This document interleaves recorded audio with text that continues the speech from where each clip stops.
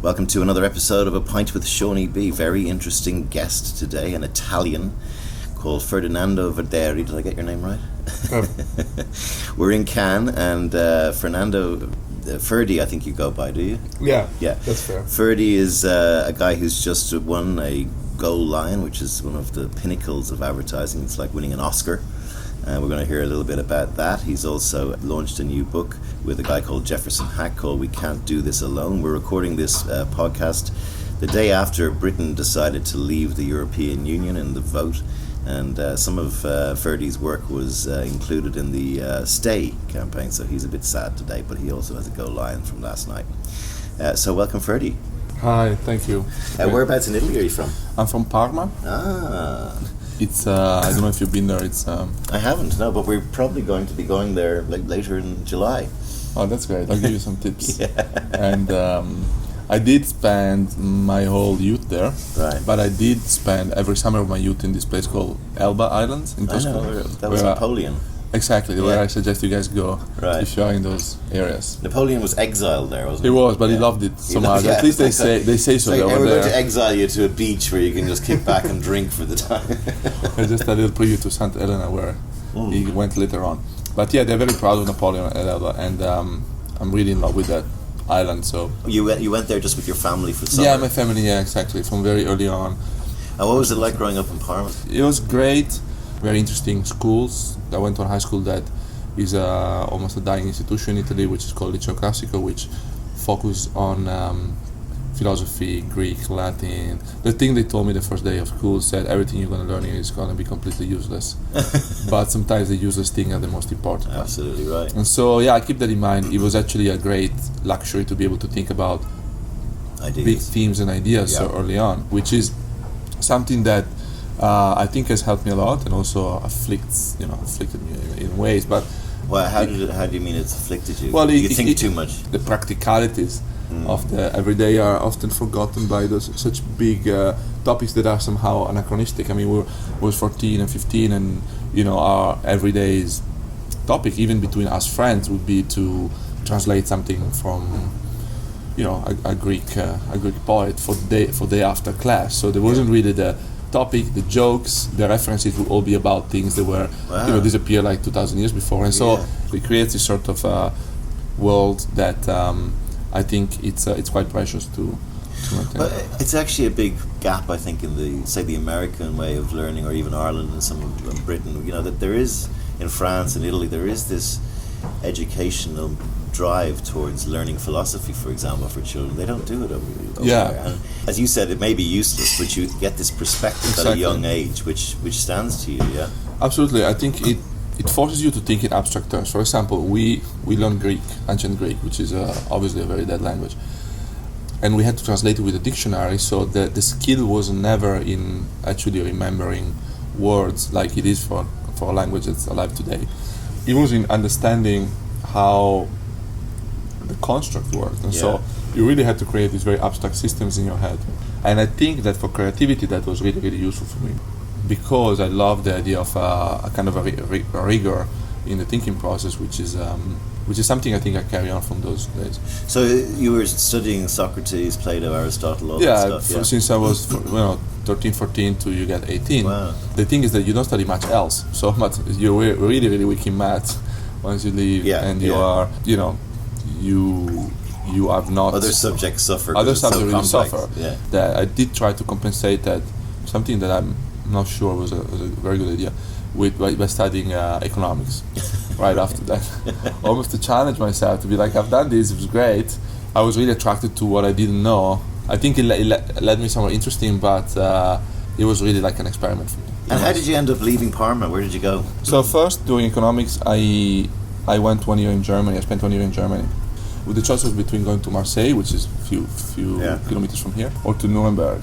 And somehow I was attracted to the second one for kind of like a more exploration. It was a bit of a trial. That's all I knew about. I knew about that, and on the good side is that it was the home of this photographer I really liked called Jürgen Teller. I didn't know much about it, but it was enough to feel like it was going to be a challenging experience and an interesting one. So you went to school there? Exactly, from Jürgen Teller that depicted this town. It was quite grey, and the forest around was quite definitely not the most appealing things to everyone. Yeah. So it felt like an interesting challenge, and also learning German was something that I thought I'd never do in life otherwise. Yes. But the irony is that after living there for 1 year, and after everyone sort of being surprised by such a weird choice, and I basically go back every two weeks now, because our client's Adidas Originals is based, global headquarters of Adidas is based right there. It's obviously drawing you. Does it draw for you? Yeah, well, I don't know. Like it's quite a fun topic actually, because I never went back. I never would have gone back, except now I go every 2 weeks. Yeah. And where we stay now is in this Grand Hotel, which is exactly beside the place where I lived for a year. So I always ask when I arrive a window on the front, because I have the exact same view I had 15 or so more years ago when I was there. Wow. And it's quite a mind-blowing time warp. So Ferdy works as he's a founder of Johannes Leonardo, which I remember when it formed about 7 or 8 years 2007, ago. yeah. And I remember that one's an Australian guy. He's quite well known, and I think I've met him a couple of times. They were kind of an avant-garde, let's try and do something different, very outside the box kind of agency. Yeah. We'll come back to your chronological life, because you just mentioned Adidas. You won a Grand Prix yesterday. A Go Lion. A Go Lion. Yeah, sorry, no, a Go Lion. Nearly. Sorry, these are all ad terms. But basically, he won an Oscar for advertising yesterday. Tell me the idea that you won for. We've been lucky enough to work with Adidas Originals, which is a big part of Adidas. The message was really trying to bring a point of view to the brand, which was coherent with their mission of challenging the status quo. So the conversation we tapped into was about the fact that every other movie today, every other piece of entertainment really focuses on a dystopian future. Like this young generation of kids growing up can't hear anything but the fact that their lives are going to be over and their world is going to be grey and everything is going to finish. And can you imagine how it feels to really develop as a creative person, because this is obviously a brand for creators, a creative person with such perspectives without, sort of like a sense of generational hope. And so the campaign was really challenging that dystopian notion, and the resulting film is this generational walk that moves away from the camera towards the idea of future, this sort of one-point perspective.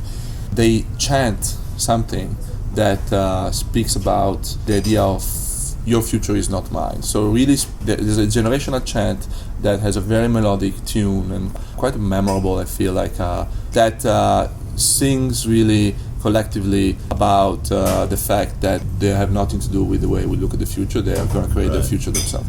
So the idea of the philosophy about the best way to predict the future is to create it. We brought it to life with this film, and then the song was really a hit, and we collaborated with Lil Angelo, a producer from the band The Weeknd. And so the whole kind of arc of this music story is what was awarded the Gold Lion for entertainment. So there's a link to this commercial on YouTube, which you'll find in the blurb for the podcast. I'll put that on so people can see it. So go back to where we were on the arc of your life. You were in Nuremberg for a year. What happened then? Well, look, if we really need to do the arc of my life more properly, especially to try to squeeze out some advice for young people on of what not to do. Yes. I left Parma for the first time when I was 20 years old. I immediately went to New York for a few months with the excuse to study English and actually immerse myself in this sort of new world. And then I went back to New York since then, so since I was 20 years old, every year pretty much for 3 months as soon as I could. And I did start to knock at doors, do internships, and the one person who gave me the first chance was really in the fashion world, and was this gentleman called Carlo Rivetti, who owns Stone Islands. I won a scholarship in Italy parallel to my university for this college. It's called International College of Arts and Design, and I did a very short program. It was kind of a very creative outlet, and the patron of this institution was this gentleman, big entrepreneur in fashion in Italy. And without me knowing, he had actually made sure that this person I would meet in New York would take care of me. I realized this years later, because I thought that this guy was just simply very nice and giving me all these opportunities, and then after a while I realized that actually his boss was really interested in giving me opportunities without really revealing it was him. But what was really important for me is to realize that there was a whole world which was actually much more successful in a way than the one the one in Italy came from.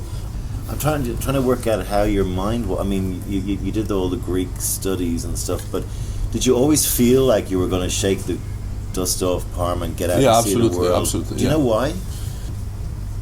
I mean, I absolutely felt that, like a no-brainer. I think everyone around me felt it too. I went through a lot of tough time when I was in between the two worlds, when I still didn't have a recognition abroad, and I was still dealing with my life in Parma, which was on the way to be a good life.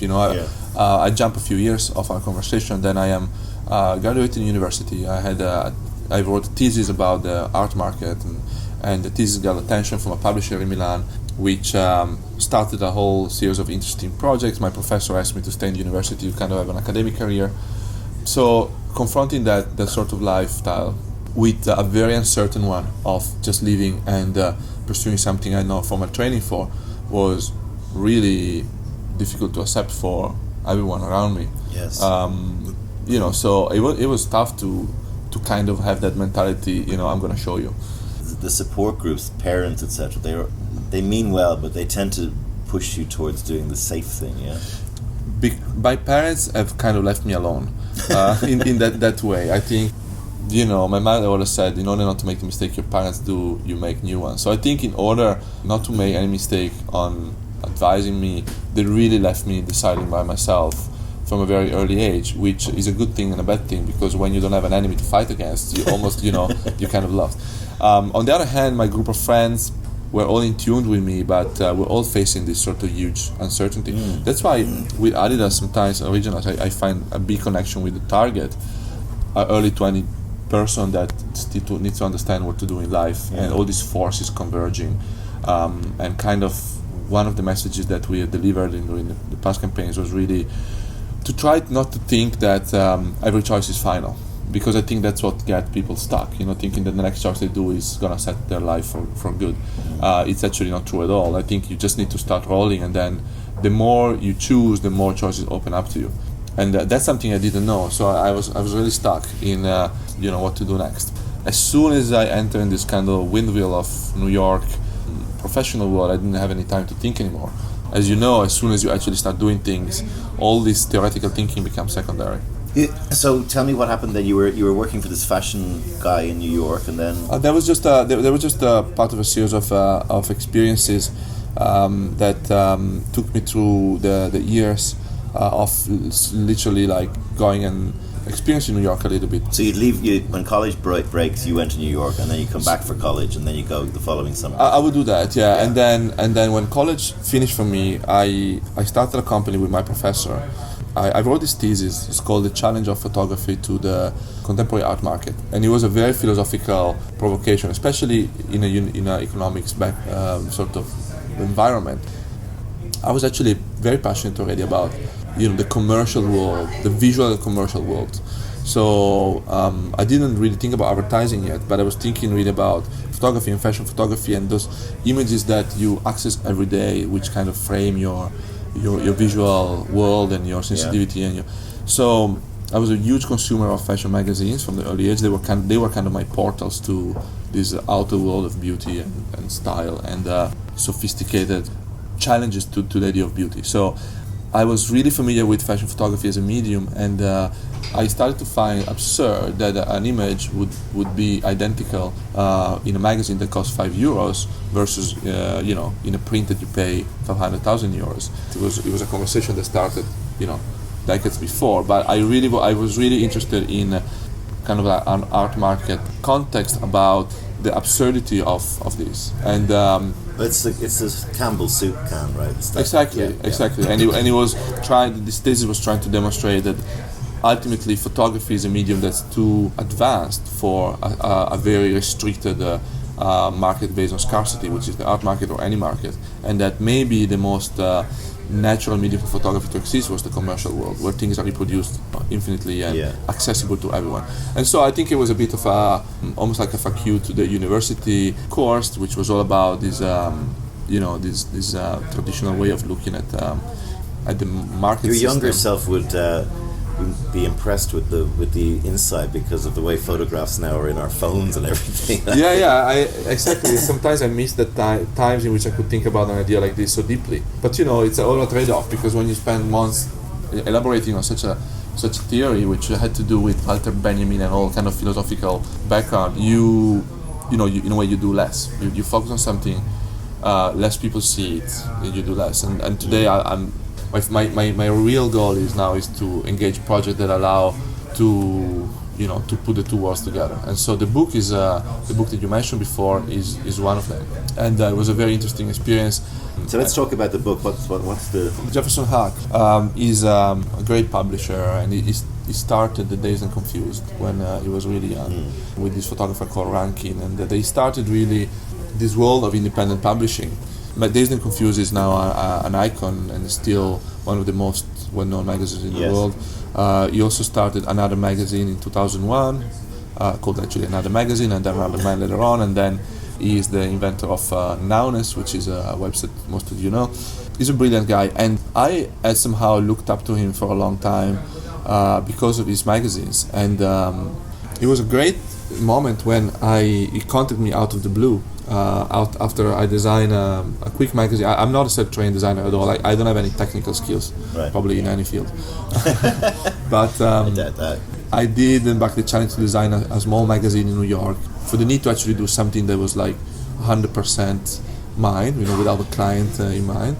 He picked up this magazine and he wrote me an email out of the blue saying, "I love what you're doing. I would love to meet you." What was the name of the magazine? It was called S Magazine. It's a Danish magazine. I did just a couple of issues. I considered my challenge done. I redesigned it completely. I made it very, in a way, ironic, and I experimented with typography, things that I really formally had never known anything about. It was a very sensual sort of magazine, and I'm not consider myself a very sort of sensual person, so I injected a lot of sort of irony and almost self-deprecative parody in this magazine that otherwise was featuring a lot of beautiful erotic images. I just felt like it was taking itself too seriously. Yeah, in a way. And I mean the team at S was great, and they loved what we did together. Anyway, Jefferson saw this and contacted me, and we started working together. He was really thinking about a project that could bring us in an actual long-term collaboration, and Rizzoli wanted to do a book about him, and he asked me from the very beginning to help him conceive it and edit it and art direct it. So talk about the book. I was doing some research on it before I met you. Every copy is different, right? Yeah, so thanks to Kodak, we were able to create, for the first time in publishing, I think, 5,000 completely different covers from each other, each of them numbered and each of them looking completely different. And the book's called We Can't Do This Alone, and it really talks about Jefferson's philosophy, which he defines punk positivism, which I think is something that the new generation, the Adidas generation I'm actually talking about before, the future generation, has in common with the generation he was part of, this idea of rebellion, but with a very positive outcome in mind. And we also did 25 posters within the book, which we designed based on sentences that he wrote in the past, and these are a way to make the book, which is about the past, actually about the future. So the book started from the brief of creating a monographic retrospective on one person, ended up becoming almost like a manifesto for the future of a generation. He had no intention to do something that was self-celebratory. Tilda Swinton and Bjork and people like that are all involved in it. Yeah, Tilda Swinton and Bjork contributed to creating new pieces for the book, which also pushes this idea of the book being something new versus something that is an archival book. And then it closes it asymmetrically with another interview and with the posters themselves, and then with a manifesto that explains We Can Do This Alone as a feeling. There's a link on the blurb to the book if anyone listening wants to get hold of it. There's a common thread here I'm feeling, from your philosophy to wanting to get out and see the world, to your fashion, to the Adidas thing that you just won for, to this book, which is almost like a pushback against the way the world is saying, it's gone to hell. It's like this idea of trying to give younger people a more positive approach. I never thought about it. Definitely the younger me is the biggest, for me it's number one critic of my work. Yeah. I feel like the younger you is the biggest critic. I feel like I really talk to that person a lot. Right. And in a very emotional way sometimes as well. A lot of choices that I make Talk to me a bit more about that. Well, I feel like it took me a long time to find an environment that would reward and also took me a long time to acknowledge also my creative style in a way, my creative ambitions. And so the whole limbo that I talked about before between my town of Parma and the world that I was already kind of had a foot on was really hard. That younger me was a very, very expert connoisseur of art, design, photography, ideas, even more so than now, because now you have less time to really dedicate yourself to what you really love. You have to do things that happen to you. And so the kind of the abstract world of just like thinking and looking at things all day gave that younger me sort of like a discerning attitude that I still look up to in a way. Do you think your younger you would be proud of you? Sometimes I think about it. In a way, yes. In a way, I think it's a very weird conversation. Exactly. In a way, yes. In a way, I don't want to settle on that. Yes, it's a very easy way to settle. Your younger you would be proud of you, but wouldn't tell you. Yeah, I think I don't want to think he'd be proud of me. Otherwise, I would stop. I think he would keep going. Yeah, absolutely. Keep going. It would be like, I wish I started before. Just go. That's another thing I have. The idea of you've made a lot of brave decisions in your life at a young age, which I also sort of did. But I still think I should have gone earlier. I should have, of course. You look back, you go, I left at 26. I should have left at 23 or something. Yeah, absolutely. I definitely think there's an interesting interview in Italy once.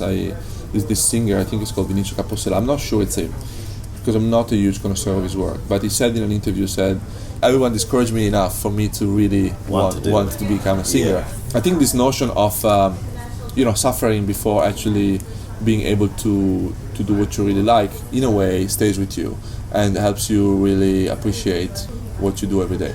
But I don't feel settled for a second. I actually feel like I have a lot to do, and I'm really driven by this idea of authorship, which doesn't mean that I want to write or anything like that, but it means that I would love to create. Yeah, to just like start to create in a way which is completely uncompromised and authorial in a way. That's why the book felt so great. Jefferson is clearly one of those completely independent sort of thinkers. Yes, which never sold any part of his company, and allows him a freedom of thinking that was really refreshing for me. So, what do you say to your younger self? I think younger selves in general, not only mine, need to really trust their instincts. I think I remember the feeling when I realized I was actually right. When I went to New York and started to talk to these incredible people, I remember one of them was Italo Zucchelli. For 10 years he was creative director of Calvin Klein collection till actually a month ago. And I remember the first conversation I had with him, someone I looked up for a long time, was really like confirming a lot of things that I thought would be, and he was really complimentary about my insights and my intuition, and then more and more people like that. And then I started to realize maybe I was actually right. Maybe my intuitions were actually right. They weren't just like very subjective. So I do encourage people who have very strong instinct to follow them, because I think questioning them kind of dilutes them a little bit. Yes. And you exude this kind of positivity about that we can get out of this mess that we're. I mean, someone has this concept. I think it's Sam Harris, of sleepwalking to Armageddon. That we're so besotted by the minutiae and the stupidity of culture that we're not thinking about these big issues that you thought about when you were a kid. And kids today aren't doing that. But this idea that we can get out of it is a theme that runs through a lot of what you do. Yeah, I really I think it's important to compare yourself to people that are greater than you, and like people that have. There's this quote from the past that I remember really clearly that said, "The bigger the problems, the bigger the life you're living." And the bigger the problem, the bigger the life. Although it's not a plan to have big problems, but I do think it's a very interesting insight. And I don't know if there's anything to learn from it, to be honest, but that idea of disconnecting yourself from the minutiae of the everyday to elevate yourself to a long-term vision of things has some positivity in it. It has also, as I said, some counter indications, but it's definitely something that I think allows you to dream more. Ferdinando Verderi, you're a big dreamer, and I've enjoyed this conversation. Thank you very much for taking time out of your busy schedule. Congratulations on your Go Lion. Thank you. I'm going to keep in touch with you because I want to see what you do next. Thank you. I would love to shout out my peers, Wes Phelan, Matthew Edwards, for this Go Lion, which we are definitely sharing, and which I just want to give a hug to. There you go. Thanks a million for being on the podcast, and best of luck in the future. Thanks a lot.